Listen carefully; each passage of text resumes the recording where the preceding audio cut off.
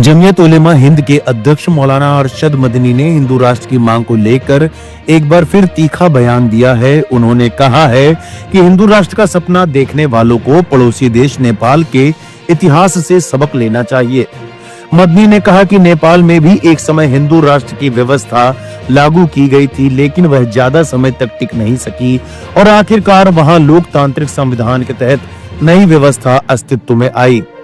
उनका कहना है कि यही उदाहरण बताता है कि किसी भी देश की तरक्की, स्थिरता और शांति लोकतंत्र और संविधान से ही संभव है, न कि किसी एक धर्म को राष्ट्र पर थोप कर। मौलाना अरशद मदनी ने सोशल मीडिया प्लेटफॉर्म एक्स पर किए गए पोस्ट में लिखा कि नफरत के सौदागर और हिंदू राष्ट्र का सपना देखने वालों को नेपाल से सबक लेना चाहिए। मदनी ने कहा, इतिहास गवाह है कि जब जब किसी देश में एक खास विचारधारा या धर्म को थोपने की कोशिश की गई, वहां अंततः वह व्यवस्था ढह गई और जनता ने लोकतांत्रिक मूल्यों को चुना। अपने बयान में जमीयत प्रमुख ने कहा कि नेपाल में हाल के समय में हिंदू राष्ट्र की स्थापना की गई थी, लेकिन अंततः वहां यह व्यवस्था समाप्त हो गई और एक लोकतांत्रिक संविधान के तहत नई राजनीतिक व्यवस्था बनी। उन्होंने कहा कि यह साफ संकेत है कि आज की वैश्विक परिस्थितियों में किसी भी देश की वास्तविक प्रगति तभी संभव है जब वहां संविधान, लोकतंत्र और सभी नागरिकों के समान अधिकारों की रक्षा की जाए। मौलाना मदनी ने आगे कहा कि भारत में भी कुछ सांप्रदायिक शक्तियां और संगठन देश को हिंदू राष्ट्र बनाने का सपना देख रहे हैं, लेकिन उनकी यह साजिश कभी सफल नहीं होगी। उन्होंने दो टूक कहा कि जमीयत उलेमा हिंद सेकुलरिज्म और भारतीय संविधान की रक्षा के लिए अंतिम सांस तक संघर्ष करती रहेगी।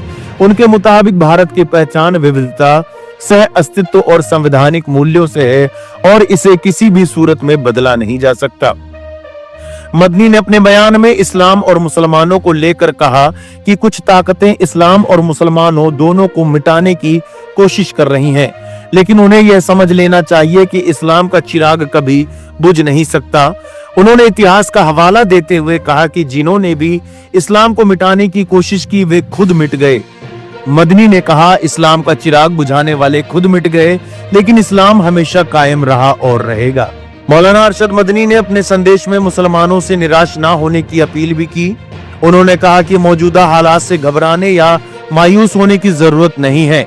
इतिहास बताता है कि जो कौमें अपनी पहचान, संस्कृति और धर्म के साथ जीना चाहती हैं, उन्हें कुर्बानियां देनी पड़ती हैं। उन्होंने कहा कि मुसलमान एक जीवित कौम है और जीवित कौमें हालात से हार मानने के बजाय समझदारी, दूरदर्शिता और सही रणनीति से आगे बढ़ती हैं। अपने पोस्ट के अंत में मदनी ने भरोसा जताया कि एक दिन ऐसा जरूर आएगा जब जुल्म का अंत होगा और अत्याचार करने वालों के गले में जंजीरें होंगी। उन्होंने कहा कि वह दिन अब दूर नहीं जब यह देश फिर से प्यार, मोहब्बत, सद्भाव और इंसाफ के रास्ते पर आगे बढ़ेगा। इस खबर के बारे में आपका क्या कहना है, हमें कमेंट बॉक्स में जरूर बताएं।